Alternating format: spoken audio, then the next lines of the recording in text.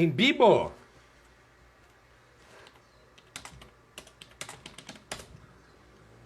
Vamos ver se realmente estamos em vivo.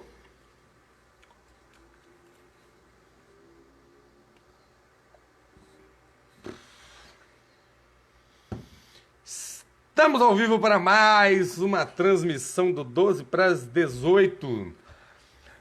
Felalves 17. 17, cara? Ô, louco, meu! Tem que ser um Felalves 12, meu irmão. Tem problema não, cara. A gente não tem problema com números aqui. A gente tem problema com... a gente tem problema com o Brasil. Com números. Ah, se fossem só os números o problema do Brasil. Ora só. MJ Oliveira Barbosa, 77. 77 por quê, MJ? Porque é o ano do nascimento do punk. Será que é isso aí, cara? Você curte o som lá que veio do CDBG? Aí, é isso mesmo, acertei. E aí, Caio Tinoco, você tá bom, meu irmão? Boa tarde, galera do bem, ó. Faltando 1 minuto para as 12 para as 18. O MJ Oliveira... Ó, o Marcelo já tá na área. Tá na área, meu irmão. Marcelão, vou te chamar em 1 minuto aqui, cara. Hoje estamos, eu não sei se a palavra é comemorando, né? Mas estamos, de alguma forma, celebrando aí os 66 anos que Getúlio saiu da vida para entrar para a história. Então, é isso. Vocês estão me ouvindo bem, gente? Digam que sim, se aqui estiverem. Deixa eu ver. Sim? Estão me ouvindo? Se vocês deram um sinal positivo, eu já começo chamando o Marcelo na chincha. Estão me ouvindo, rapaziada? Everton, Farbeion, Felipe... Emílio Júnior 288. Caramba, tem 287 Emílio Júnior antes de você. Impressionante, tô chocado. Estão me ouvindo? Então tá bom. Então, Marcelão, aqui vou te chamar no nosso bate-papo, que eu elaborei uma lista de perguntas aqui hoje e eu acho que eu tô me superando na minha acidez. Cadê você, queridão? Fala, meu querido, como é que você tá? Tudo bem? E aí, meu querido, você tá bom? Tudo certo, saudações getulistas, saudações brizolistas, saudações ciristas, meu querido. É isso, meu camarada, tudo bem? Cara, eu tô vendo que você tá numa espécie também, você, mais ou menos parecido comigo, você tem um ateliê de trabalho aí, é meio bagunçado. O quê? Isso, seu quarto é meio... É inspirado no Brasil, é uma bagunça. Exatamente, exatamente, perfeito, é uma bagunça mesmo, só não é similar ao governo, né? Mas não é uma bagunça, é uma tragédia. É pior que exatamente, é diferente, né? Mas aqui é um mini laboratório que eu tenho os meus reagentes aqui, tem toda o aparato das ciências humanas que eu utilizo bastante, das ciências químicas que eu também utilizo. Além disso, eu improvisei uma mini sala de aula, porque a gente tem que dar aula online agora, né? E eu tô bem rigoroso nisso. Então a gente tenta deixar o mais natural possível. Infelizmente, as classes menos abastadas, infelizmente não conseguem, né, ter acesso não só às minhas aulas, mas às aulas de todos os professores que possuem, né, celular, computador para poder lecionar. Infelizmente está assim. As periferias não estão tendo aula. Calma, Marcelo, calma que você vai ter tempo de fazer a revolução hoje aqui nesse programa. Eu preciso começar! Você, como eu sei que você já é não é um ouvinte, né? Fala, uma pessoa vê todo dia. Você é um espectador assíduo aqui, eu já te vi algumas vezes. Isso, você sabe que começamos sempre com um card, e a partir do card a gente vai para a pergunta inicial. Vambora? Bora. Então vamos nessa. É isso aqui, meu chapa. Consegue visualizar? Consigo. Maravilha. Então vamos lá. Esse é o card do dia. Marcelo, eu, dentre muitas coisas que eu faço, e você vai ter a chance de falar todas que você faz aqui hoje, tá?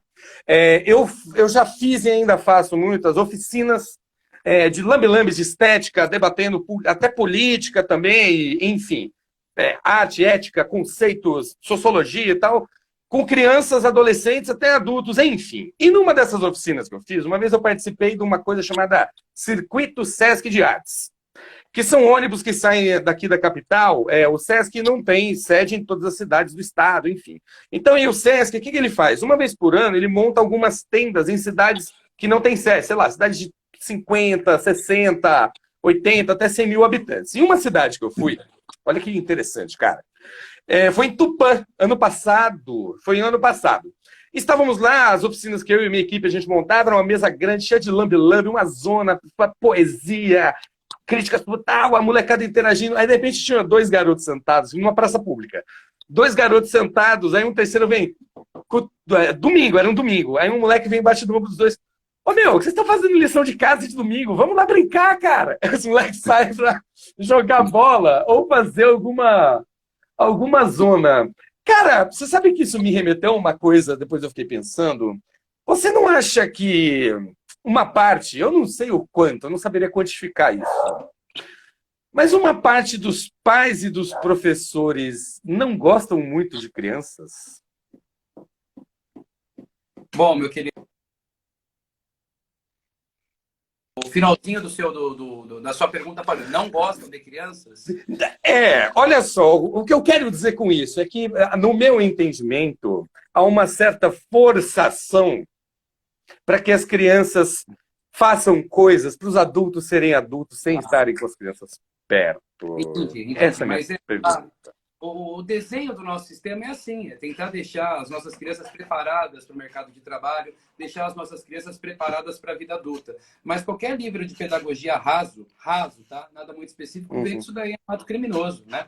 Nós temos que respeitar todo o volume cultural que uma criança tem, aproveitar esse volume e aprofundá-lo, né, com outras culturas. Então, muitas vezes, principalmente professores do ensino médio, vamos colocar assim, do ensino médio, não gostam do pessoal do ensino fundamental, porque tem aquele lado infantil muito desenvolvido. Então, é por isso mesmo que existe a necessidade da gente aprofundar técnicas direcionadas para o ensino infantil. Isso é muitíssimo importante. Quando a gente pega, por exemplo, a obra do Freire, a obra de ensino-aprendizagem para o Freire, não serve. Esse comunista desgraçado! Exatamente. E, por sinal, o Freire não tem nada de comunista, né? Tem trechos no livro dele que ele é extremamente severo a questões de ditaduras de direita quanto de esquerda, né?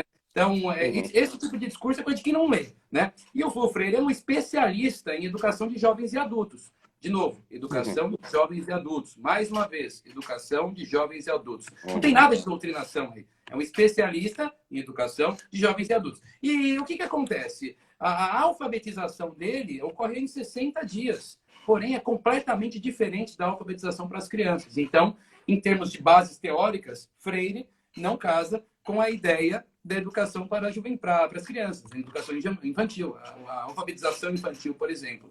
Então, a gente percebe que muitas vezes, tanto professores quanto os pais não têm preparo técnico para cuidar das suas crianças em termos de pedagogia, né? Em termos de bases teóricas da própria pedagogia. Então, por isso que acaba deixando um pouco de lado. Eu assumo, tá?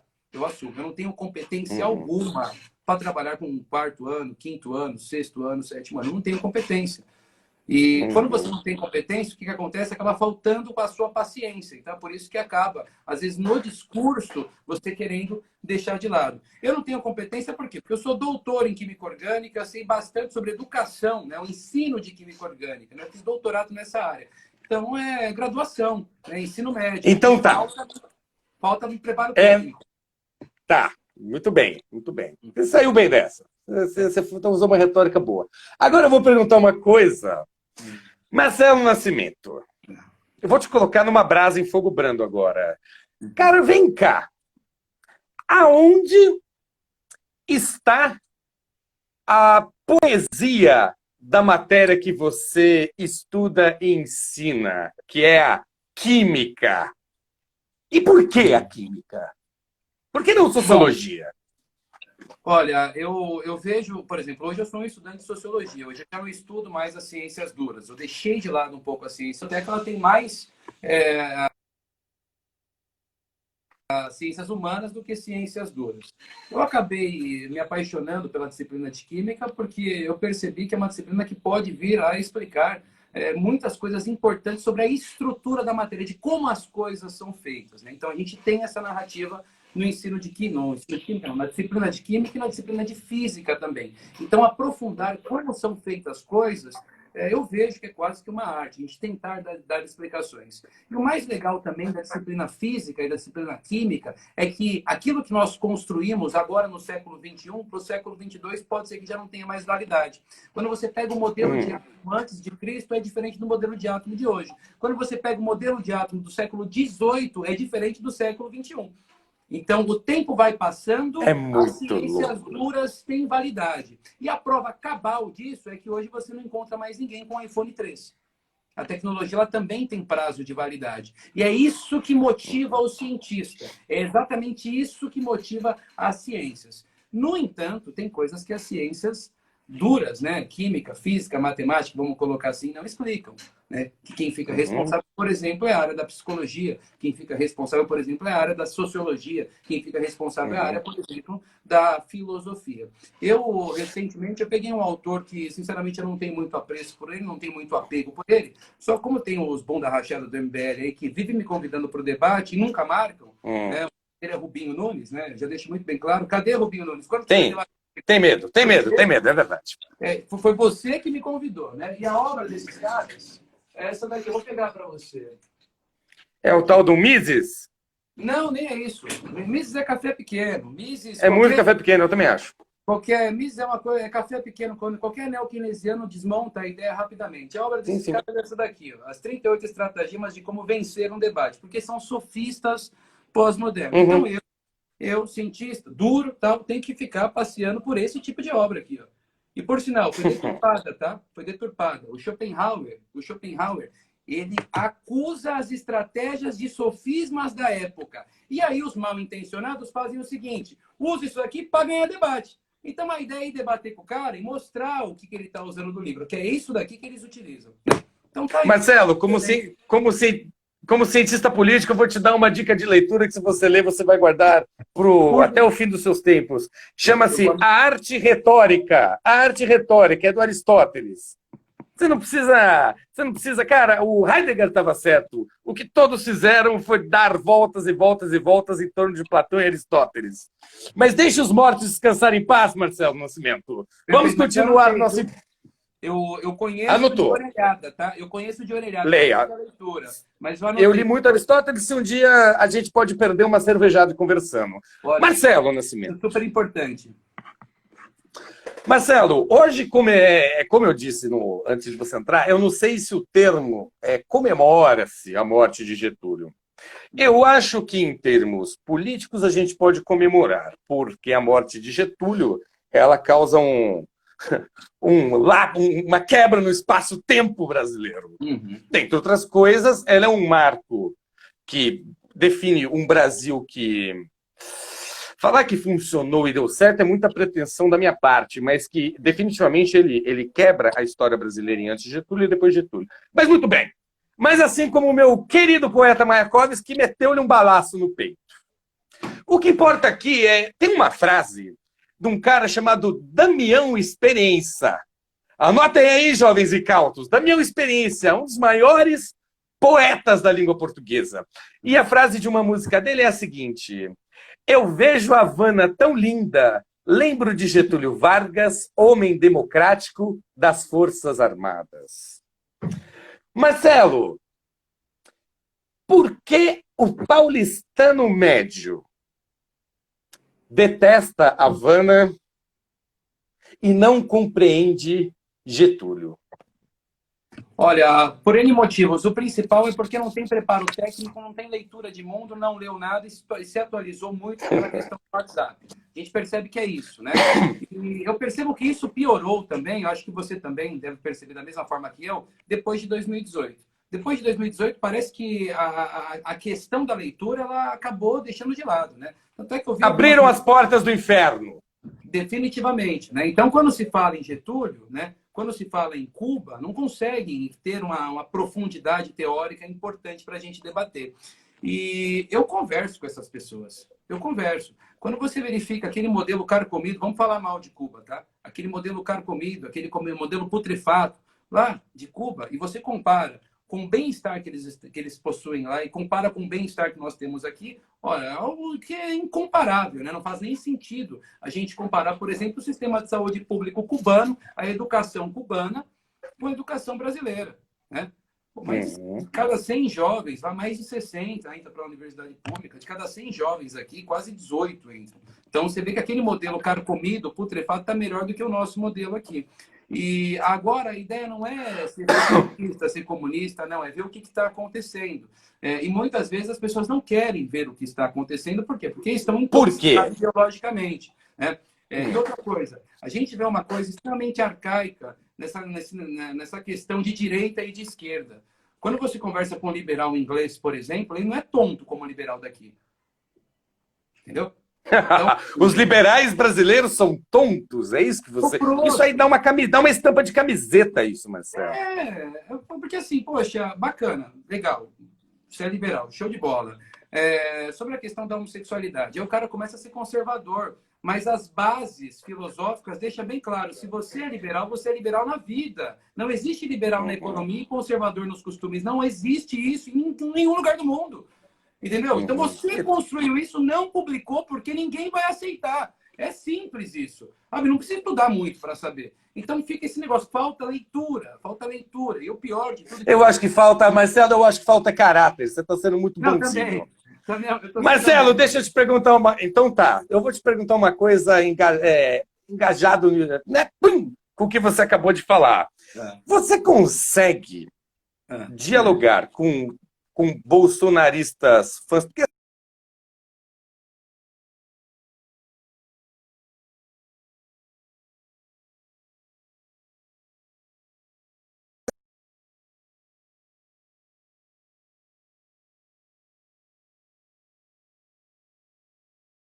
Oi, oi.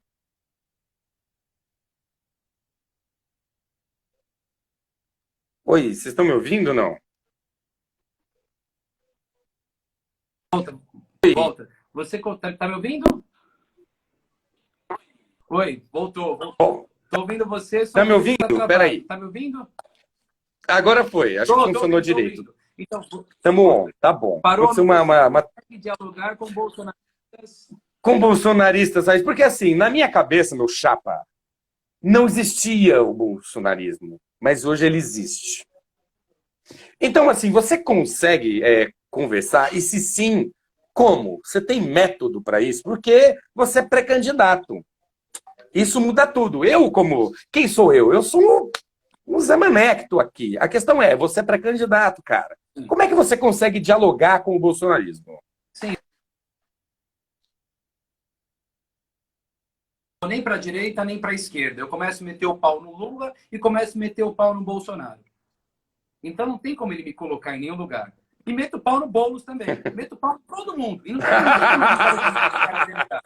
Então, agora é muito sério. Eu falo isso, tem algumas pessoas aí escutando a gente. Testem essa dinâmica. Largue o apego ideológico, deixe de lado o apego ideológico, vai para o pragmatismo safado, que é nem direita nem esquerda. Os fatos. Esse lance da pós-modernidade cai como uma uva nesse bolsonarista aí que está completamente intoxicado ideologicamente. E aí o que você faz com ele? Você põe ele para pensar. E por incrível que pareça, eu não falo muito de política na minha pré-campanha. Não falo muito de direita nem esquerda na pré-campanha. Não meto pau no Bolsonaro, nada disso. Sabe? Não meto pau no Lula também, ninguém. Nem no Ciro, nem ninguém. Nada. Não faço esse tipo de coisa. Né? Não falo bem de ninguém também, não meto pau em ninguém. No entanto, nos grupos do WhatsApp me colocam. E geralmente são grupos bolsonaristas, né? E eu sempre entro com a mesma retórica. O Lula tem que ser preso, show de bola, porém o Bolsonaro também. E vamos colocar para discussão. Aí começam a falar do MBL. Eu descasco o abacaxi no MBL. Então ninguém consegue me caracterizar. Mas o que você é? Eu acredito que nós temos que ter um modelo completamente novo aqui no nosso país. A gente tem que pegar a elite intelectual da direita, que tem gente boa, viu? Tem caras bons da direita. Nós temos que pegar um pessoal bom da esquerda, ir para a universidade e construir um modelo novo. Meu amigo, essa retórica aqui cai como uma uva neles. Cai como uma uva, juro para você. Marcelo, se até o Reinaldo Azevedo anda bonzinho, por que não acreditar no ser humano? Não, Marcelo Nascimento. Vamos lá, vamos continuar aqui. Peraí, volta numa coisa. Tá. Até Reinaldo Azevedo anda bonzinho. Meu amigo, ele tá falando coisas importantíssimas. É bizarro. Importantíssimas, é isso? É bizarro. Também acho. E ele só tem um calo. Não, e ele só tem um calo, cara, que assim, tá perto dele chegar, que é o seguinte, falar, Muito bem. Outro dia ele soltou uma, ele falou, ó, está na hora, a responsabilidade fiscal fez muito bem para o Brasil. Está na hora de adotarmos a responsabilidade social. Quase que eu viro, falei, quase que eu vou pegar ele na porta do prédio dele, lá em Higienópolis, olha lá. Ô, Reinaldo, quando é que você vai falar que tem que taxar lucros e dividendos, cacete? Porra, Vamos tomar um café, porra! Falta pouco, hein? Falta um pouquinho pra ele mandar uma Eu acho também, eu acho. E tem mais, hein? Mônica De Bolle, tem uma galera aí. Marcelo, deu na mídia. Jair Bolsonaro diz ter vontade de socar a boca de um jornalista após este ter lhe perguntado sobre os tais 89Ks da primeira-dama. Você acha que para os bolsonaristas mais radicais que existem no Brasil, se eles tivessem a possibilidade, eles fariam o mesmo que Jair? Sem dúvida nenhuma. Sem dúvida É uma nenhuma. questão de caráter? É uma questão de caráter? Eu fui um pouco ameno aqui, porque eu estou acostumado a falar do lado de lá. Eu fui um pouco ameno aqui, eu falei que falta leitura. Mas, no fundo, eu sei aqui, não é aqui a questão da leitura, vírgula, é a questão do caráter mesmo. Por exemplo, já tem gente relativizando isso. Já tem muito bolsonarista relativizando. Né? Que não é igual o dinheiro que o Lula tem embaixo do coração da Angela Merkel. Tipo Entendeu? isso, né? Vai começar a relativizar. Já estão falando, por exemplo, que ele não falou com um jornalista.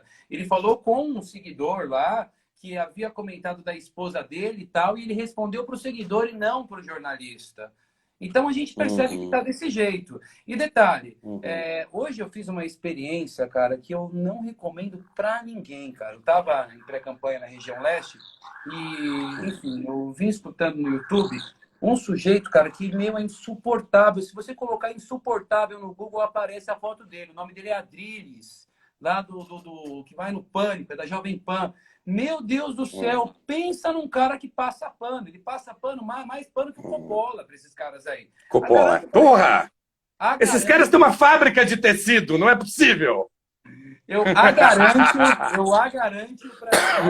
para ti. Amanhã ele vai relativizar esse caso aí, cara. Ele vai relativizar. Ele falou que não falou com o jornalista, falou com o camarada lá, que atacou ele. É assim. Passa muito pano. Por que não assume que é incompetente, porra? No fundo, essa porra... Eu acho que assim, não, eu acho que, beleza, rouba porque ele fazia da rachadinha, porque ele queria viver um pouco melhor, mas ele não faz como presidente. Entende o que eu tô falando? Não, assim, ainda mentindo, mas o que eu tô dizendo é, assume! Qual o problema, caceta? Assume! Eu acho também. Mas beleza, beleza.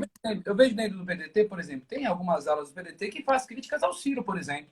Eu acho importantíssimo. Tem que criticar mesmo.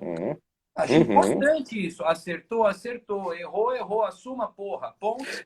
Eu acho que o Ciro deveria ter dito que a gente devia estar imprimindo dinheiro nessa crise. Todo mundo está imprimindo. E até um ou outro falou, pô, Franco, o Ciro falou. Eu falei, cara, que bom que o Ciro falou isso. Desculpa, eu também tenho uma cabeça, eu penso de uma forma. Mas o Meirelles falou isso, pô. Até o Meirelles falou isso. O Manuel tem o ovo lá gargou, pô. Agora, ó. Ô, Marcelo Nascimento. Entendeu? Vou fazer um bate-bola. Tô gostando dessa entrevista aqui. Tá com um bom astral de molho. Isso aqui vai dar samba. Marcelo Nascimento. Vamos pro nosso momento ping-pong. Cara, eu juro que um dia eu iria me imitar Marília Gabi Herpes aqui. Eu vou imitar. Marcelo Nascimento. Um grupo de pagode dos anos 90. Um grupo de pagode nos anos 90. Bom, arrisco o Catinguelê. Puta, cara, Catinguelê é bom pra caceta. Catinguelê é foda, mano. Não, Catinguelê... Não... Eu já tomei cerveja com salgadinho, ele é muito massa. Porra, que legal. Tô falando sério. E já tomei cerveja com o compadre Washington no Estadão. Um dia eu conto minhas peripécias boêmias. Agora, eu sou pai, eu não... Sabe? Saí disso aí. Marcelo Nascimento. Eu quero saber disso, cara. Quero saber disso. Eu escondo tudo, não escondo nada. Um dia você me entrevista, um dia eu te ponho aqui para me entrevistar nessa bagaça desse programa. Marcelo, um documentário, um filme documentário que tenha te feito a cabeça. Pode ser uma série? Pode ser, documentário. Pode ser uma série? Olha, tem duas obras. Não pode ser. É que responder sim, não é muito difícil. Papum. Mas tudo bem, vai. Tem duas coisas que eu leio bastante, né, do campo político, é o Niccolo Maquiavel, assumo isso, né, o Príncipe, e um documentário na Netflix que eu gosto bastante. Não o Príncipe de uma forma deturpada, né, mas sim para entender as nuances políticas. Tal, Estudei o Príncipe, está em casa. Importante. E também tem, não é um documentário, né, mas é uma série que, puxa, eu gosto bastante, né, tanto da questão artística, né, quanto a prática que acontece nos Estados Unidos, que chama House of Cards, né, eu assisti pelo menos umas 6 vezes ela. Maravilha, eu também assisti 3. Tô quase chegando em você. Isso, sempre... Cara, peraí, vamos quebrar a entrevista aqui, eu preciso te contar. Então vamos fazer o seguinte, dane-se o script. A parte do House of Cards que mais me choca é aquela hora, acho que na terceira temporada, quando ele já tá ardilando, ele tá quase chegando na presidência, ou na segunda, e ele vai negociar com um empresário chinês que foi para os Estados Unidos. Tem uma treta lá. O governo chinês diz uma coisa, ele, como vice-presidente, vai lá para rebater o cara e senta esse empresário e ele numa sala fechada. E aí ele fala, então, aquilo que o governo chinês falou, aí o empresário chinês fala, então, ó, a gente tá portas fechadas, não é nada daquilo lá, é para vocês continuarem fazendo o que vocês estão fazendo. Aí o Frank Underwood, pela primeira vez, vira para a câmera, que ele quebra a quarta parede, né, do tal, ele vira para a câmera e fala, agora eu tenho alguém com quem conversar de igual para igual. Viu? Cara, aquela cena é foda! É uma das melhores cenas, você tem razão mesmo, e mostra a política da forma como ela é, em especial para as pessoas que não prestam, né? Já vou perguntar sobre isso para você. Então eu vou aguardar. Mas é exatamente isso, uma cena que eu gosto bastante. Né? Marcelo, um bairro de São Paulo, um bairro que te faz a cabeça. Você fala, aqui é meu lugar. Olha, eu estive lá ontem, me faz a cabeça, me faz o coração também, né? A região é o Vila Itaim, né? É uma região que eu pisei pela primeira vez em 2017, quando me convidaram para uma manifestação referente à questão das enchentes, que todo ano ocorre lá. E lá é um dos únicos locais que, quando chove, a rua fica 4 meses alagada, mas alagada até aqui, sabe? Então tem que andar de barco, tal. Então eu tenho um apreço muito grande. A única coisa que me chateia também, é difícil responder sim não, viu? Muito difícil mesmo. A única coisa que me chateia é que lá são terras de pessoas que estão no poder e para entrar tem que negociar, tal, mas eu negociei no partido e consegui entrar lá, porque eu estou lá desde 2017 e agora tentaram me cortar. Me cortaram até no microfone, nem deixaram pegar o microfone na manifestação. Né? E tá aí, região do Vila Itaim, respondendo a sua pergunta. Ali mexe com o meu coração e cabeça. Um político de referência no Brasil e um lá fora. Vivo ou morto? O problema é seu. Olha, agora você me pegou, né? Eu tenho muitos políticos que eu tenho uma admiração muito grande. O próprio Getúlio. O Getúlio eu gosto bastante. Um outro cara que eu gosto bastante também é o Obama. Muito bom. Marcelo, deu nos muros em algum lugar da cidade ou no mundo. Abaixo toda e qualquer autoridade, exceto a da minha mãe. Peraí, picotou. Fala de novo para mim, 20 vezes.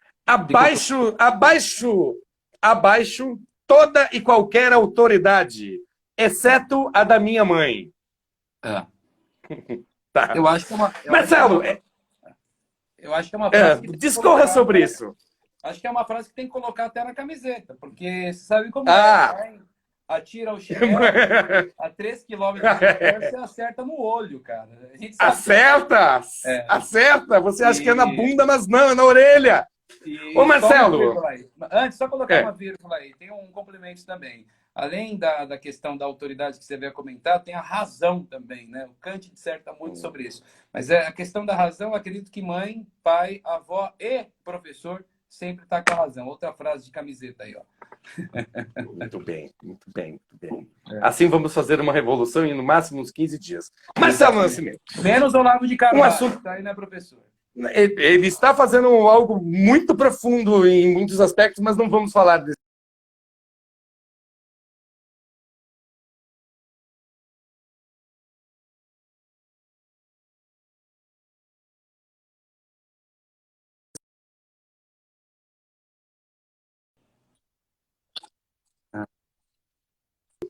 Tô te ouvindo. Beleza. Então, tá dando bugzinho aqui, mas depois eu explico. Vamos lá. Eu tenho um assunto agora delicado que eu quero também entender e quero conversar com você. Eu tenho muitos amigos que se dão muito bem e outros poucos amigos que se dão muito mal. Mas, na maioria das vezes, no meu meio de convívio, e eu acho que aí tem um quê profundo de recorte de classe, boa parte das pessoas não chegam a enfrentar possíveis pesadelos que algumas outras enfrentam. Eu estou falando das drogas, ok? Eu sei que você faz ou fazia um trabalho social nessa área e eu queria ouvir um pouco de você. O que você faz, o que você realmente acha do assunto. Enfim, eu já trabalhei na Cracolândia, com oficinas e tal, e eu tenho uma visão sobre o negócio. Eu queria conversar com você sobre isso. O que é essa história toda aí? Conta pra gente. Nós temos um trabalho bem sólido na questão das políticas de redução de danos, né? Ou seja, o que fazer em termos cognitivos, né? O que fazer em termos sociais com a pessoa que está em dependência química, ou seja, a pessoa que está com esse problema severo de saúde. Eu, nos trabalhos sociais, eu faço uma coisa apenas, uma coisa. Além do diálogo preciso que eu tenho, às vezes, na Cracolândia, às vezes nos bairros periféricos, que sim, tem muitas pessoas que estão com esse problema de saúde pública, que é a questão da dependência química. Às vezes, nos grandes centros também, eu tenho o diálogo e eu faço também algumas palestras de química. Química. A gente fala de química, não é julgar. A ideia não é fazer o julgamento severo. Nós vamos Explica lá, o que é mostramos substância, é o que isso? acontece. Isso, exatamente. E o que acontece no sistema nervoso central, no cérebro, tal, aumento de dopamina, a gente explica esse tipo de coisa e por que dá o efeito, né? E a gente tenta vender o peixe, né, para a utilização de uma outra droga. E eu falo isso. Quando eu falo isso, o cara que está dormindo, ele até acorda. Que droga que ele vai oferecer? Aí, é leitura. Entendeu? Isso aqui tenta, gente, né? Isso aqui, poxa, faz você ficar completamente fora de si. Então, a leitura é uma coisa muito importante. Então, boa parte das minhas palestras é assim, não tem juízo de valor, não tem julgamento. Eu faço muitas palestras também com as pessoas em situação de rua, porque, infelizmente, a gente tem um alto índice de utilização de drogas lícitas e ilícitas nas ruas da cidade de São Paulo, e eu entendo por quê. Porque se eu estivesse nas ruas, também morando nas ruas, tendo um paralelepípedo como travesseiro, eu também usaria droga para amenizar o meu sofrimento. Uma coisa natural, ou até mesmo uma questão de sobrevivência, principalmente no frio, tá? Tem pessoas que moram, por exemplo, estão em situação de rua ou moram nas ruas aqui da região de Santana. Tem muitas pessoas em situação de rua ou moradores de rua. O que eles fazem lá? Eles bebem a noite inteira e saem caminhando. Saem para quê? Para se esquentar nesse frio, porque eles têm medo de morrer. Isso, como é que você aprende? É lendo? Não, no livro não vai explicar. Você tem que ir lá conversar com ele. E ele explica isso para ti. Então, você, como um bom humanista, está um pouco mais para a turma da galera da redução de danos, então, né? Exatamente. Política de redução de danos é um canal. O problema é que aqui no Brasil, se for discutir... Coisa de vagabundo maconheiro, Marcelo. Exatamente. Coisa de vagabundo maconheiro. Só que quando o prefeito lá de Amsterdã começou a oferecer seringa para as pessoas em dependência Parque química, das Agulhas.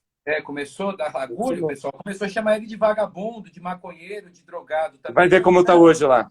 Você vai ver como é que está hoje lá. Aí você percebe Marcelo, que o índice de hepatite e de AIDS diminuiu drasticamente só por fato de você fornecer agulha. Entendeu? Então Vamos conversar. Vamos conversar um dia internamente sobre isso no PDT. Bora, eu super tenho Marcelo Nascimento. Marcelo Nascimento, agora vem a pergunta de $1 milhão que eu ia te fazer lá em cima. Você, como pré-candidato, hein? Quero saber. Você terá estômago para política? Sim, eu tenho estômago para política, sim, afinal. Eu estou dialogando pouco com a esquerda, bastante com o centrão e muito com a direita. Por que eu estou dialogando pouco com a esquerda? Porque tem muita gente talentosa na esquerda. Na esquerda tem muita gente talentosa, eu não posso ir lá. A gente percebe que se a gente não dialogar muito bem na direita e no centrão, o DEM vai continuar elegendo mais pessoas, o PSD vai continuar elegendo mais pessoas, e eu tenho culhão de fazer as negociações, né? Então é por isso que eu estou ali um pouco na centro-direita, pouco na centro-esquerda e um pouco mais no centrão. Em especial com as pessoas que acabam votando na direita, mas se dizem, né, a política. Eu acho que a gente precisa competir essa área. É uma bolha extremamente interessante, sabe para quem? Para o PDT. É uma bolha extremamente interessante, né? Hoje nós batemos 200 mil seguidores e a maioria, né, talvez um pouco mais de 70% dos meus seguidores é da centro-direita ou do centrão. Né? Eu tenho pouca gente das esquerdas me acompanhando. E eu percebo que eu não posso ir nas esquerdas. Tem muita gente talentosa aí. A gente sabe disso. Eu Dentro não, do partido eu não, mesmo. eu não esperaria nenhuma outra resposta de quem citou Maquiavel aqui nessa entrevista. É, Marcelo Nascimento, vou te dar o só que é uma coisa. beneplácito. Só uma coisa. Fala. Não entendi como uma crítica, tá? Entendi como um grande elogio, viu? Entenda como você quiser, Marcelo. Como diria Antônia Bujan, a liberdade é sua, você faz com ela o que você bem entender. Estrague-a como bem o quiser. Exatamente. Marcelo, me faça alguma pergunta que você queira fazer, que você pensou em fazer. Eu te fiz várias. Eu quero que você exerça esse papel de liberdade seu aí, cara. Como se fosse no divã, livre associação do O problema é seu, cara. Solta o pau. Olha, eu conheço seu trabalho, tenho uma admiração bastante grande por ti. E a minha pergunta ela é no meio, direto. Quando é que você colocará esse rosto nas urnas?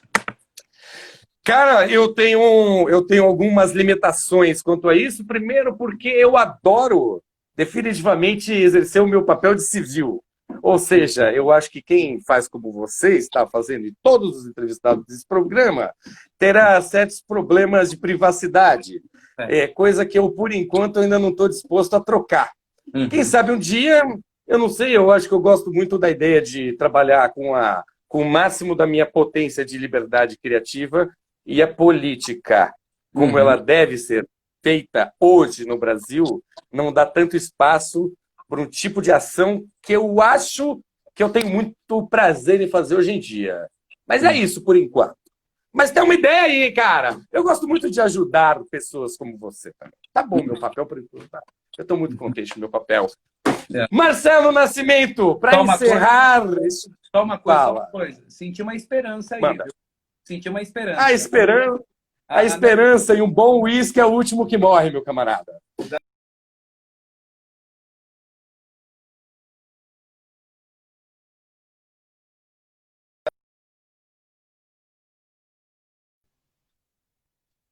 Agora eu tô te ouvindo.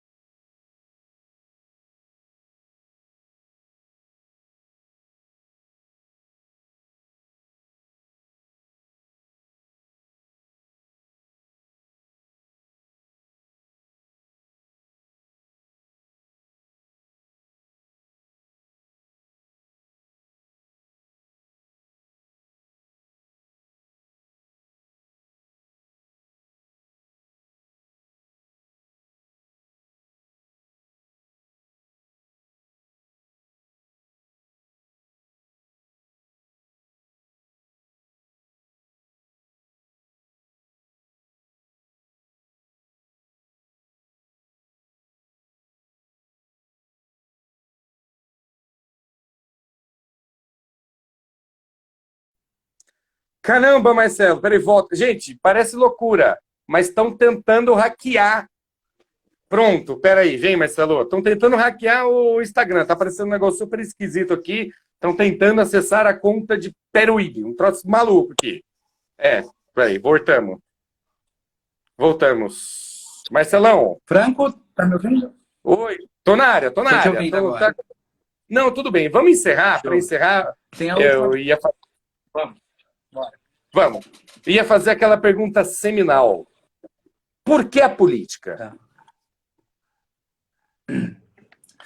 Olha, eu sempre respondo isso com duas frentes, né? Eu sou professor e eu tenho interesse no campo político, né? Tudo bem, tem toda a questão da pressão e tal, mas tirando esse lado de pré-campanha, eu percebo que o professor, ele prepara essa geração aqui. O professor ele é responsável por fazer o preparo técnico dessa geração. O político ele prepara as próximas gerações. Então, eu acredito que, respondendo de um jeito duro a sua pergunta, é exatamente por isso, né? E sem contar que tudo que acontece hoje no nosso país, que é algo escuso, que é algo que precisa de melhorias, que é algo que está carcomido, que é algo que está quebrado, sem dúvida nenhuma, perpassa pelo caráter político. Então, nós não podemos negar a política. A gente tem que começar a buscar essas pessoas que negam a política e trazer a ideia de que sim, a política é importante. Essas pessoas, em especial o Centrão, aquela turma do Centrão que não presta, você tem 3 públicos no Centrão. O cara bom, o cara péssimo e o cara que não sabe se é bom. Dependendo de onde ele é, dependendo de onde ele não é.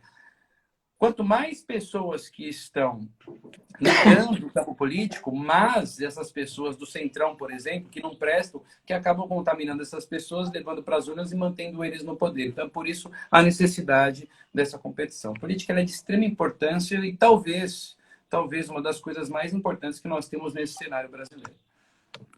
Eu vou dizer que eu gostei da sua resposta. E dizer que foi muito bom o papo, cara. De verdade. Esse papo aqui foi legal. Foi maneiro. Eu acho que os nossos espectadores também gostaram. Esse vídeo vai estar disponível no IGVT do PDT da Capital. Depois você pode pegá-lo, compartilhá-lo. E eu acho que até o final dessa semana teremos um canal no YouTube, Marcelão. Aí você pode pegar esse vídeo e, como eu disse no começo, usá-lo da forma que você quiser, tá? Exercer este papel de liberdade. E um dia a gente vai tomar cerveja e conversar um pouco mais sobre física quântica e redução de danos. Opa! Está marcado, combinado. Querido, um forte abraço, muito obrigado por participar. Agradeço, um forte abraço para ti, meu querido, e até a próxima, tá bom? Beijo, tchau, tchau. A gente fala. Até mais. Um beijo, meu irmão. Valeu. Tchau, tchau. Até mais. Então é isso, rapaziada boa. Esse foi mais um 12 por 12. Vocês gostaram? Foi massa. Cara, deixa eu falar, tentaram invadir aqui o Instagram, foi isso mesmo. De um celular X aí, por isso que travou uma cacetada de vezes. Mas espero que o conjunto da obra tenha sido frutífero. Amanhã, mesmo esquema, mesmo horário, 12 para 18, eu acho que é o Gilberto amanhã? Ou é o... Caramba, velho. Não sei quem é, mas amanhã 12 para 18. Forte abraço para todo mundo. Se cuidem. Tchau!